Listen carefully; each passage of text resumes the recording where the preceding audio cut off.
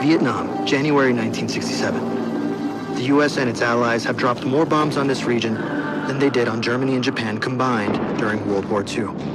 But the Viet Cong are safe. Hidden beneath the ground is a tunnel network that spans over 100 kilometers. At the entrance is Tommy Rivera. His mission is to avoid the deadly traps and enemy soldiers, locate the control room, and gather intel to stop the Viet Cong's next major attack. If he fails, hundreds of American soldiers will die.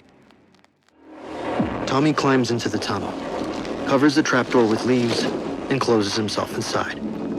With a casualty rate of over 30%, most tunnel rats don't survive their second mission. Tommy is equipped with a standard issue M1911, but in these tunnels, it's more of a liability than a weapon.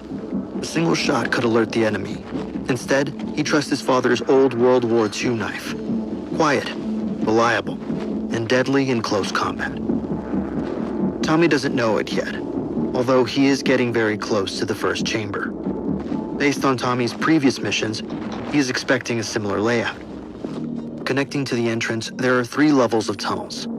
Tommy is in the first level. The entrance is where the Viet Cong can quickly hide away in case they are being attacked. The deeper he goes, the closer he gets to the main living and operations hub. This includes hospitals, sleeping chambers, and his target, the command center. At the very bottom is the Viet Cong's safest area built for emergency situations. Bomb shelters, evacuation tunnels, interrogation rooms, and water wells. Tommy creeps forward, taking short, shallow breaths to keep as silent as possible. His nose picks up a faint smell of rusty metal. The first room is near. Suddenly, he spots something ahead, a thin bamboo trigger. Above in the ceiling is a small camouflaged panel. Something's moving behind it. His heart races. Vietnam pit vipers. Each tunnel system can hold more than 50 unique traps. Some explode, some impale, some release toxic gas. This one is designed to cause organ failure and internal bleeding from the venom. If Tommy touches the bamboo, it will send a signal by pulling out the toggle, causing the wooden panel above his head to swing open and the snakes will be released. Most soldiers turn back when they see what lies ahead, but Tommy can't. Thousands of lives depend on him finding the Viet Cong attack plans. He grips the dirt and starts to move. One elbow forward, then the next. He slides above the trigger. 3, 2, 1. And he's clear. But these traps only get more deadly the deeper he goes. This is just the beginning. The more Tommy crawls, the stronger the smell becomes. The narrow dirt tunnel curves slightly to the left, then opens. He's reached the first chamber, just 4 feet wide and 5 feet tall. This cramped design is not by accident. Viet Cong soldiers averaged just 5 feet 3 inches tall, while American soldiers stood around 5'9". That height difference made it nearly impossible for most Americans to fit inside. But standing at 5'1", Tommy is perfect.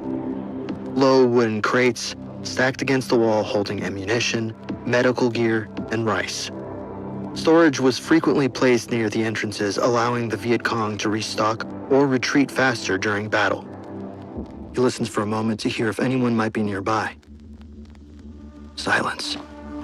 Tommy pushes forward. The soil down here contains high levels of clay and iron. When it dries, it develops concrete-like properties, stopping the tunnel from collapsing. However, while it's raining, there's still a risk. After several more minutes of crawling, he reaches the entrance. This chamber is larger. At the far end is a shallow pit. It's a Huang Com stove. This is where they cook. Unlike the Americans who had supply chains stretching from aircraft carriers to jungle outposts, the Viet Cong had to scavenge, barter, or steal their food. To cook and breathe, they built ventilation shafts from the tunnel ceilings to the jungle floor, disguising them as termite mounds. But cooking releases smoke. If the Americans saw it rising from the ground, their location would be compromised. To stay hidden, they only cooked meals during the morning or when it's raining, so the natural fog would hide it. Tommy squats down. A few pieces of rice still cling to a crusted pot. The embers are still warm. Someone was just here. His pulse quickens. Back home, On the news, Tommy constantly heard about America's success, high body counts, and tactical victories. But when he arrived in Vietnam, the reality felt completely different. Everything seemed stuck with no real progress. That's because he had only been told one side of the story. The kind of bias you won't fall for if you read ground news. They pull data from over 50,000 sources worldwide, letting you see how different outlets frame the same story, so you can compare perspectives, form your own opinion. In Taiwan, news broke that the country is updating its air raid protocols, drawing lessons from Ukraine and Israel to protect civilians in the event of a Chinese invasion. Over 20 outlets have covered the story, with coverage split evenly across the political spectrum. But side by side, the contrast is clear. The left-leaning headline focuses simply on what Taiwan can learn from Israel, while the right-leaning one digs into how the new protocols will be implemented with its citizens. If you want to take back control and see what everyone else can't, Ground News is giving you the tools. Right now, they have a huge 40% off the Unlimited Access Vantage plan. But the sale is ending soon, so go to ground.news/atrium or scan the QR code before it goes. The enemy is nearby. There is no time to waste. Tommy hopes that this next room will be the command center, so he can get back to base and sit by the warm fire. He keeps crawling. Then, the ground begins to slope downward. He pauses. He knows exactly what that means. He's entering level 2. The deepest levels are where the real secrets are hidden. Surgery bays, weapons workshops, supply caches, and his target, the command center. The air becomes thicker but sterile, in a way that's unnatural for a tunnel. Then he hears it. Movement, soft and muffled. Tommy freezes. The sound echoes faintly down a tunnel to his right, shuffling. A whisper of voices too quiet to make out. They don't know he's here.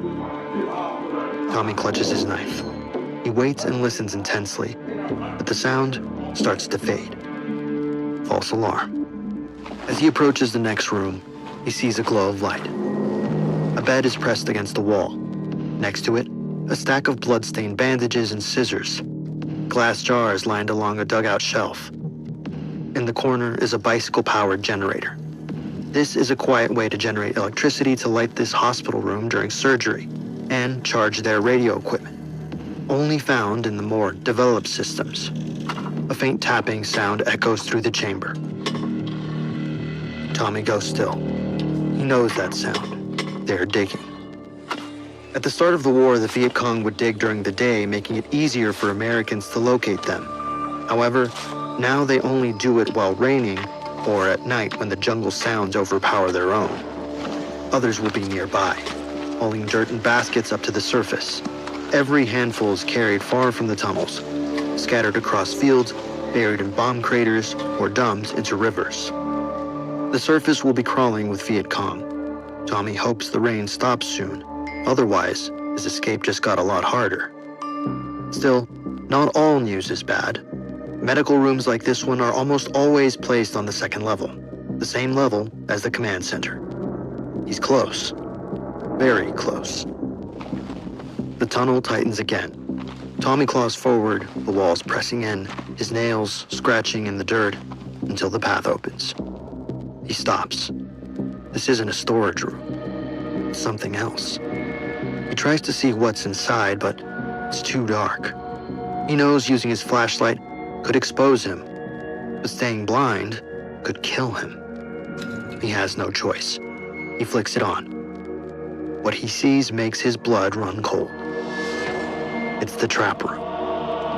Most designs weren't meant to kill. They were made for one purpose only: to make soldiers like Tommy hesitate. To make them afraid of the floor, the walls, everything. 11% of combat deaths are caused by the tens of thousands of booby traps deployed by the Viet Cong soldiers. In the corner, a pile of bamboo, each stake sharpened to a deadly point. Tommy remembers the last time he saw one above ground. A fellow soldier stepped on a false floor. The scream was brief. The pit was full of spikes. Sometimes the tips are even smeared with feces.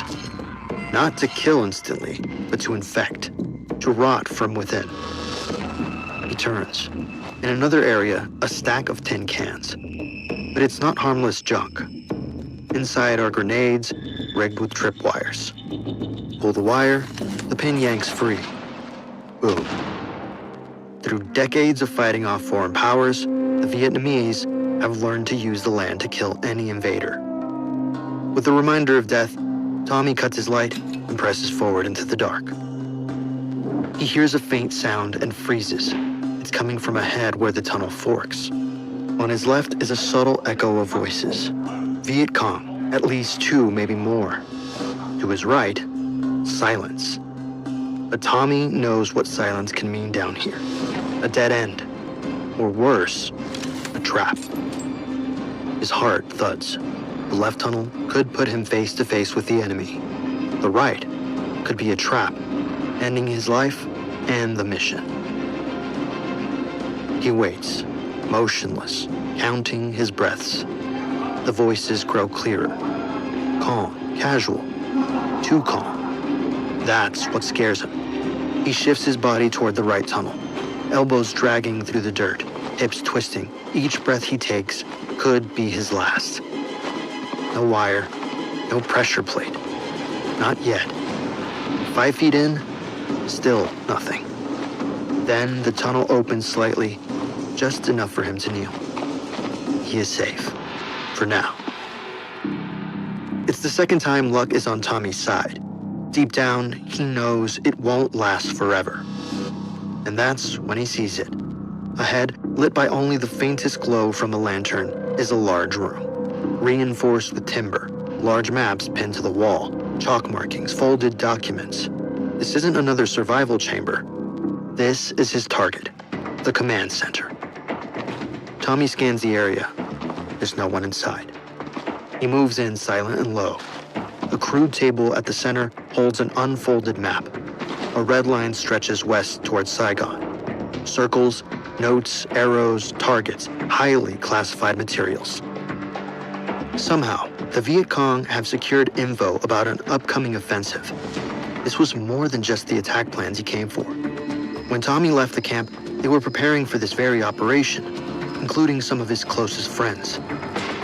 They spoke with quiet hope, final push that could end the war in weeks. But now he realizes none of them knew the truth. It wasn't a breakthrough at all. It was an ambush. If Command sees this, they can call off the advance and change course. This isn't just another mission. It's personal. Failing to get back to the base doesn't just mean helping to defend their base. It means saving his entire platoon from certain death. Tommy hears noises again. Closer now. The longer he spends in here, the more likely he is to be caught. He needs to find the military base attack document. He looks over to see some rolled up papers. Without enough time to look inside, he straps them under his belt. Now, he has another problem to worry about. How does he get out of here? As Tommy turns to crawl back the way he came, he hears shuffling. Close. Tommy grabs his knife, back pressed against the wall. He won't use the gun, as it will alert the entire tunnel system, making his escape so much harder. The shuffling grows louder. As the Viet Cong soldier's head enters the room, Tommy strikes. The man collapses. Tommy doesn't move. He listens in case anyone has been alerted. It's a young Viet Cong soldier. He flips the body over, quickly patting down his vest. A knife, loose ammo, some rice wrapped in a banana leaf. A picture of the soldier and his family. He can't be much older than 16, although that was a couple of years ago now. So much has changed since then. Many of the Viet Cong soldiers started young, raised in the dark, trained underground, hardened by a war that offers no childhood. At this point, nearly 400,000 dead. Many of them are civilians. Nobody down here really wants to fight. They just don't have a choice. Tommy finds something else, a folded piece of paper, wrapped in plastic to keep it dry. A hand-drawn map showing a rough outline of the tunnel system. He identifies his location. Then, another symbol near the way out, closer to the surface. With limited Vietnamese, he makes out the word prisoner. If someone's still alive down here, he can't leave them to die. Out here, the Americans have a code. No man gets left behind. Still, it could easily be a trap. The Viet Cong often turn this against them, turning prisoners into bait. Tommy tucks the map into his chest pocket, grabs the Viet Cong's body, and hides it in the corner of the room. The mission just got much more complicated. In less than 10 minutes, someone will find the body, and when they do, Tommy will still be in the tunnels. If he's going to free this prisoner, Tommy's going to need to fight. Guided by the map, he takes a hard turn down the new passage. The air grows colder, the floor angles sharply downward, his knees scrape and boots slip. The tunnel continues to twist deeper into the earth than anything he's ever encountered. Whoever this prisoner is, he must be important. No one gets buried this deep without a reason. As Tommy rounds the last bend, he hears something. Not voices, not footsteps, but breathing. That's when he feels his elbow hit a string. This pulls a cord directly attached to a pin. He closes his eyes. This could be the end. A piece of string with metal scraps is attached, which is propelled toward a metal bell, making a loud clang. It's a noise trap. His heart pounds. They know. Tommy exits the tunnel into the room. A figure hangs from a bamboo pole lashed into the wall. An American. The soldier's uniform is shredded, blood on his face. He lifts his head weakly when he sees Tommy, but doesn't react. He's too dehydrated and malnourished, but alive. Tommy moves in and quickly pulls the gag loose. "Don't speak," he whispers. "You're gonna be okay, but we need to leave now." He draws his knife and slices the rope and lowers him down. The soldier winces, but doesn't cry out. He's light. Tommy stops. Tommy checks the map again. There's an exit nearby, up above. Viet Cong soldiers will know they will be looking for the fastest way out and will be planning to intercept them. They know too much to be allowed to escape alive. Tommy tells the soldier to stay close. He puts the map away, tightens his grip on his knife, and starts to climb toward the surface. The rescued soldier stumbles behind him, barely able to keep pace. Tommy keeps an ear on the tunnel behind them. No sound, yet. But it's coming. Every corner they turn, every shaft they crawl through, Tommy expects movement, a voice, a shot. Turns around and helps pull the soldier up a steep incline. Light leaks faintly from above. An exit? Behind them is a voice, shouting. They've been spotted. Tommy doesn't wait. He pulls the soldier harder and pushes forward up the slope toward a narrow beam of light. Then, gunfire. Bullets ricochet against the walls. Dirt sprays behind his head. Another shot. He reaches the top. A bamboo hatch. He reaches out to open it. It's locked. He slams his shoulder into it once, twice. It cracks. Sunlight floods in. They're not safe yet. He grabs the soldier under the arm. They start running. No clear direction, no cover. Just raw instinct and the will to survive. Behind them, Viet Cong soldiers spill out from the bamboo hatch, weapons raised. Bullets crackle through the trees. Tommy doesn't look back. Branches slice their faces. Every step is a gamble. But every step is further from danger. He glances up. Smoke trails in the far distance. A campfire. A signal. Hope. It might just be okay. The Vietnam War stands as one of the most brutal and arguably most pointless conflicts in modern history, lasting over 19 years. The suffering it unleashed was huge, killing an estimated 5 million human lives from America, Vietnam, Laos, and Cambodia. Within war stories, we find heroes, like Tommy Rivera, but a deeper question must be asked. What exactly is the hero fighting for? Throughout history, information has convinced us that heroes fight for their country and their people. But too often, they're fighting for something else entirely, a political machine, where corporations profit by selling weapons to governments under the disguise of patriotism.